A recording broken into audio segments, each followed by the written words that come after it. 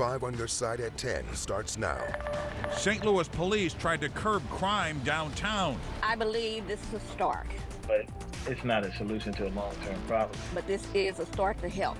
The mixed reaction to road closures and a curfew crackdown. Temperatures are near average and it stays muggy all week long. And I'll time out this week's rain and storm chances. But first, a community mourning a life taken too soon. The candlelight vigil that honors a 17-year-old girl slain by a stray bullet. Good evening, I'm Mike Bush. Tonight, an Alton teen is being remembered after a stray bullet took her life on the 4th of July. Our Annie Krall reports from a vigil as her death just adds to a growing list of children shot and killed in Madison County. Lord, we ask that you lay your healing hands upon us. Her name, Shabriah Hudson. The 17-year-old was killed by a wayward bullet coming through her home in the Oakwood Estate housing complex. My youngest is also 17 and attended classes with her. He said that she's been nothing but a kind, sweet girl. It's horrible to see this happen in our community. Alton police say two men got into an argument on the 4th of July near the complex that escalated into an exchange of gunfire. My heart broke because she's young, she won't get to grow up, and number two, she wasn't even involved with the dispute that took her life. She was just an innocent bystander. A vigil was held on Sunday night to honor those who have lost their lives to gun violence this year, Hudson being one of the latest. We've got a bunch of orange candles because orange is gun violence awareness. One of the organizers of the vigil, Missy Johnson with Alton People's United, said a death like this should have never happened. 4 people are facing charges in her death, including Joshua Glenn Colley, who police say is in custody and charged with first-degree murder. There's got to be a solution. All these deaths are preventable. There are too many grieving parents. Several days after the shooting, 23-year-old Morgan Booth from Alton was taken into custody and charged with obstruction of justice. Court documents say she lied to police about dropping Glenn Colley off here at East Elementary School. Police say Brashonda Colley also lied to officers, the 44-year-old originally saying that she didn't see Glenn Colley, one of the men suspected in the fight, leave her apartment the morning after the shooting. Hudson's family is now forced to pick up the pieces as the community rallies around them. We need to have more activities, and a lot of people have said we need a community center for these late teens, early 20s to hang out at in Alton, and I really hope that we can find a way to fund something like that eventually. Annie Krall, 5 on Your Side. Organizers expect to have their 3rd annual gun violence prevention vigil next summer. Glenn Colley is still being held pending a detention hearing, and police said Booth was released in accordance with the terms of her arrest warrant.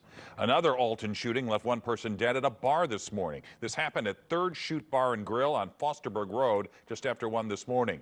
Police were initially called for a disturbance, but learned shots were fired while they were on their way. They found one person who was shot. The victim later died. Police arrested a suspect and say the two of them knew each other. There is no word on what led up to that shooting.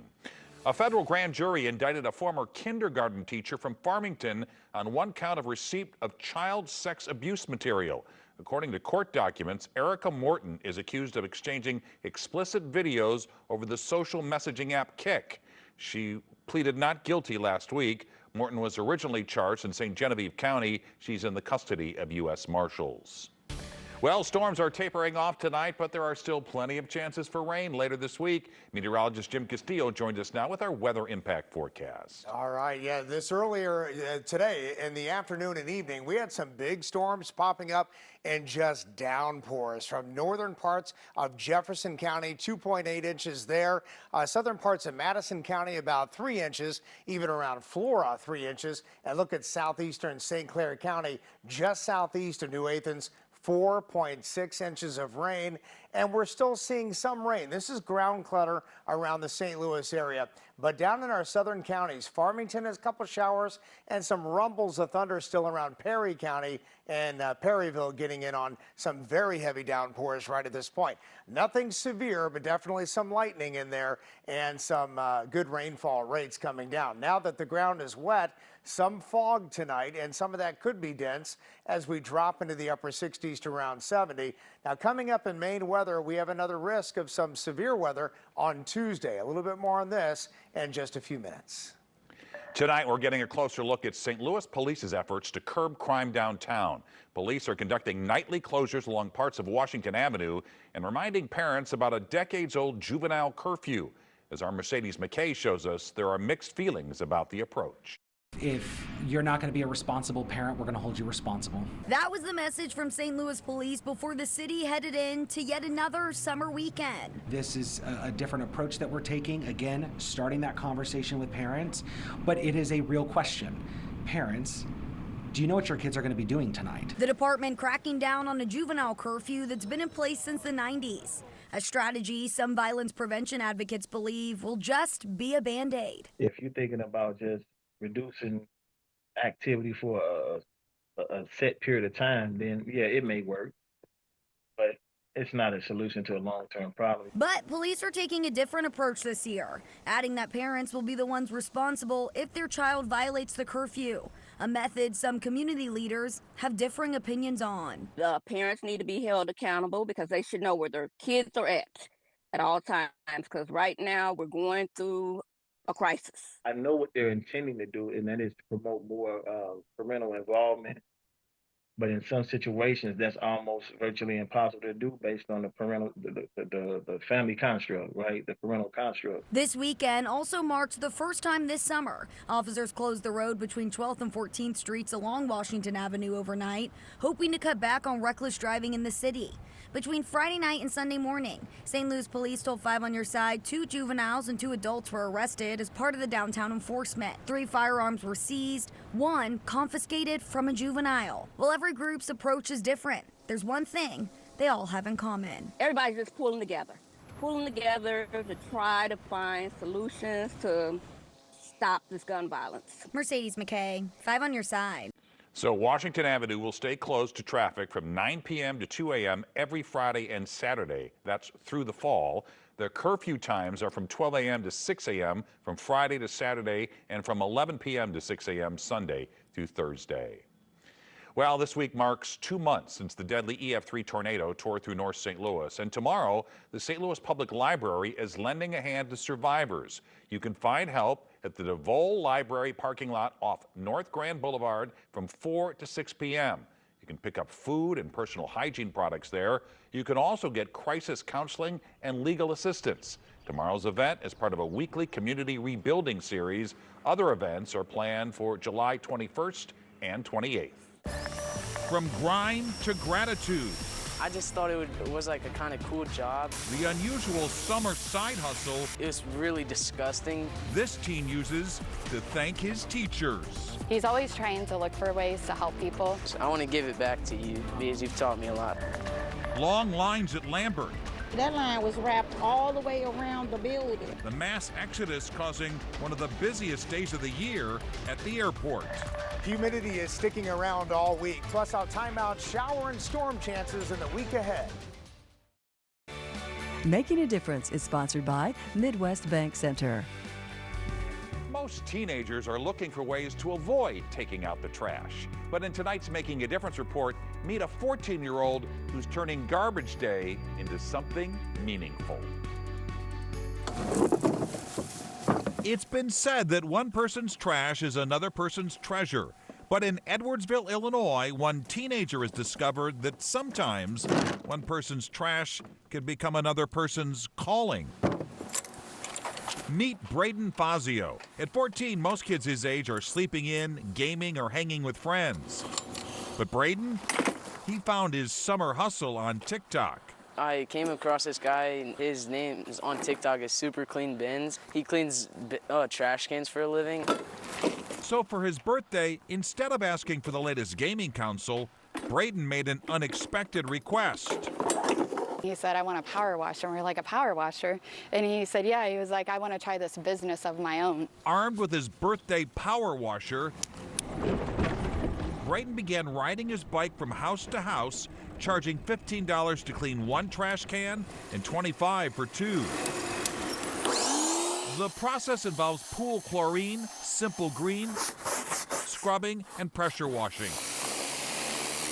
And the grossest thing about the job? Probably the maggots. But here's where this story takes a turn. Because while Braden could simply pocket his profits, he's got bigger plans. He's reaching out to all his old teachers and coaches to do their trash cans for free. because I feel like they've done a lot for me. They've taught me a lot of things, how to like live life and stuff. So I just want to give back to them. Braden's a hard worker. He's a good teammate. How you been? Good, how are you? Kevin Mattarelli coached Braden in middle school football. He says in a world of instant gratification, Braden stands apart. For him to get out and do something positive and, you know, make a little money for himself, also, I mean, that's awesome. And Braden's mom says he's an old soul and this giving spirit isn't new. If you meet Braden and you touch his life, like, you're in it for the long haul. He goes back, he visits people, and he's always trying to look for ways to help people. Going forward, each week, Braden plans to surprise someone who shaped him.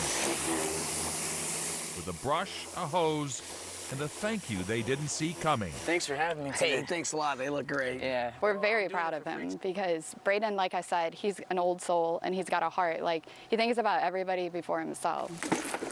He may be heading into high school this fall, but Braden Fazio is already getting straight A's in hustle, heart, and hygiene. Turns out the dirtiest jobs can leave the clearest impression. He's just a good kid. And Braden's mom stresses that none of this is new. When he was younger, he used to have lemonade stands and would give money to various charities. And a reminder, if you know someone making a difference for others, let me know by email at mbush@ksdk.com. Now to a live look over St. Louis Lambert International Airport, where earlier today, hundreds of passengers were stuck in line for hours. An airport spokesman told 5 on Your Side it was one of the busiest days of the year due to a huge convention that ended yesterday. Our Travis Cummings went to the airport to hear from passengers about their experience. Lines stretching past the trees, a traffic jam on foot. That was the scene Sunday at St. Louis Lambert International, all just to check a bag. I got up about 7:30 and somebody posted a line out to the trees here saying get here early. It was out by the trees at 9 o'clock this morning. Monica Villarreal came to town for a jewelry convention, but Sunday morning became a test of patience. But everybody was so nice in line. I met some wonderful people and I'm very thirsty. She waited nearly 2 hours and hadn't even made it to TSA. This wasn't security, just a line to hand off her suitcase. That's the longest I've ever waited to get in line, and I'm from Houston. Folks just getting in line today tell me that they saw our story on 5 on Your Side and decided to get here a little bit earlier. Meanwhile, airport officials are telling us this is all due to several conventions in the downtown area. Southwest Airlines confirmed the congestion, saying large groups arrived from a convention all at once. They urged travelers to check TSA wait times and flight info online before heading out. I asked a lady up the front that was giving me my ticket. She said she's been here for 9 years and she's never seen a line like this before in her life. She said it's hectic today. Still, Monica took it in stride with a little humor and some travel wisdom. Do you wish you didn't have to check bags? Well, I mean, you got to have underwear to wear. I mean, the world is big now. It ain't like it used to be. So pack your patience along with your suitcase. Travis Cummings, 5 on Your Side. All right, let's turn now to our weather impact forecast. It was a busy day in the Weather Impact Forecast Center. And Jim, I know the Cardinal game was delayed several times because of the drenching rain we had today. Yeah, I think 3 times was that total. They got the game in and won. Thank goodness, man. So what we're looking at now is calm weather around Busch Stadium.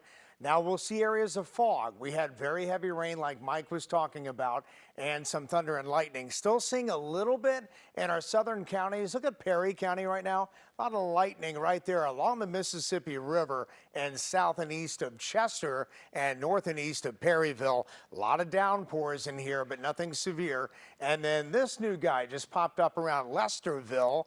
And so because of the wet ground, and that storm activity, by the way, will die down, but because of that wet ground, some fog tonight, some of that could be dense, upper 60s to around 70 for that low. Here's that stationary front that is just in our southern counties. Now tomorrow, we don't really have a disturbance running along it, so we're not expecting much in the way of rain, especially St. Louis area, but maybe our southern counties, still a chance of a shower or thunder shower, and this model does show even a chance around St. Louis, but a lot of dry time in here as we get into tomorrow. Now on Tuesday, a little bit more widespread shower and thunderstorm activity, and we have a marginal risk of severe weather here. Low level 1 out of 5, and still isolated severe storms, wind gust to 60 miles an hour, the bigger threat, and then hail possibly the size of quarters, something we'll keep our eyes on Tuesday. 75 right now, and that humidity at 90%, that dew point high, and when those two meet, 72 dew point, 75 temperature, you get down to that dew point, you get saturated air, and that fog is likely to form. So tomorrow, only spotty PM showers and maybe a thunder shower in here, so slow down if you run into one of those heavy downpours. All right, light wind for tomorrow, high temperatures in the 80s, mainly dry, and then the advanced tracking. When you see yellow on here, that's that heat that tries to bubble back in here. So even though we drop into the 80s tomorrow, and by the end of the week, we're going to see some more heat for next weekend and likely some more 90s in here, but not too high. 88 tomorrow, a little bit below average. Areas of fog, and then that risk of a spot shower or storm. Then on Tuesday, 90, better chance of seeing an isolated severe cell or strong cell.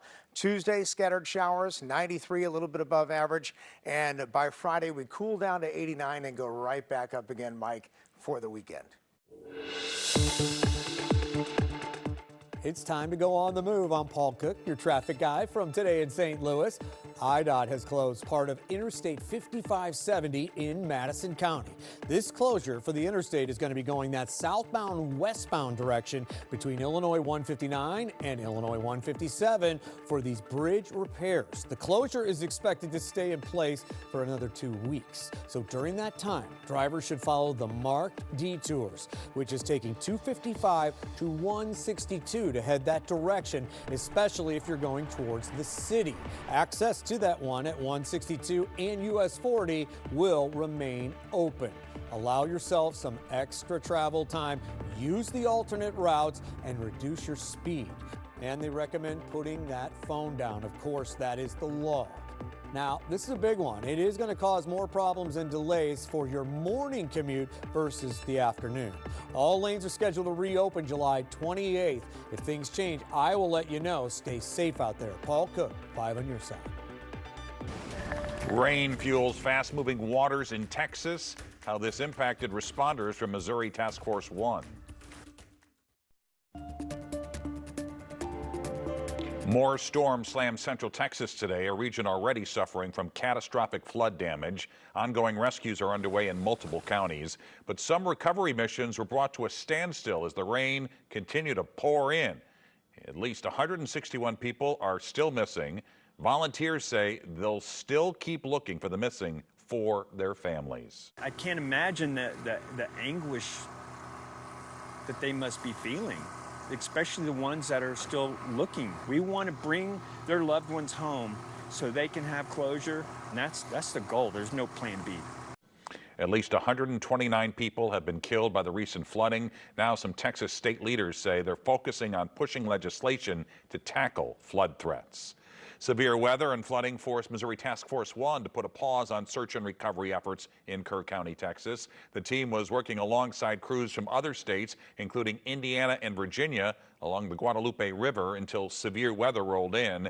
Tomorrow, the task force hopes to go back to the river, joining team members from the Czech Republic. They'll continue using boats, canine units, and heavy equipment to clear through large debris. The team says it'll stay in Texas until it's no longer needed. The European Union is putting trade countermeasures against the United States on hold, at least for now. The president of the EU Trade Commission says those countermeasures will be delayed until August. Officials say the move is to allow more time to negotiate a deal. This comes after President Trump threatened to impose a 30% tariff on European goods. A shooting spree in Kentucky left 2 people dead and 3 others hurt. Local police say the suspect started by shooting a state trooper during a traffic stop. The suspect then went to a Baptist church just outside of Lexington and shot several people inside. 2 women died. Lexington police shot and killed the suspect there. Investigators say the suspect may have had a connection to the church. Sometimes things happen. We just don't have a reason why. But we're going to be here for the people of Lexington. Authorities say the trooper is expected to be okay. Hundreds of puzzle pros came together this weekend in Kirkwood. How they put their skills to the test. And 5 on Your Side's Art Holiday is retiring after 46 years, and you're invited to a lighthearted roast to celebrate. It's this coming Tuesday at the Missouri History Museum. Happy hour is at 5. The program starts at 6:30, and it's free to attend. Today, nearly 1,000 jigsaw puzzle enthusiasts came together to celebrate the games they love. It's called Puzzle Palooza. It's held at the Puzzle Warehouse in Kirkwood, and it's the second annual event of its kind. About 200 competitors got the chance to put their piecing to the test with speed building competitions all weekend. Puzzle Warehouse is the largest puzzle retailer in North America, shipping out more than 1 million puzzles a year across the world. Tomorrow, the city of Clayton is kicking off its restaurant week. More than a dozen local restaurants are taking part. Each of them are offering prix dinner menus tomorrow through next Sunday. Expect to pay $39, $59, or $79, depending on the restaurant. You'll get a 3-course meal with options ranging from casual bites to fine dining.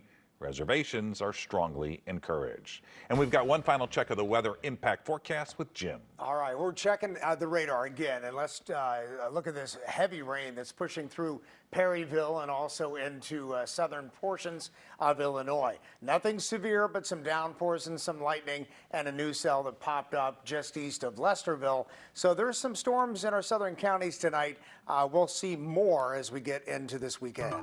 And there you have it, 5 on Your Side at 10. Remember, we're always streaming on 5+. Sports Plus is next.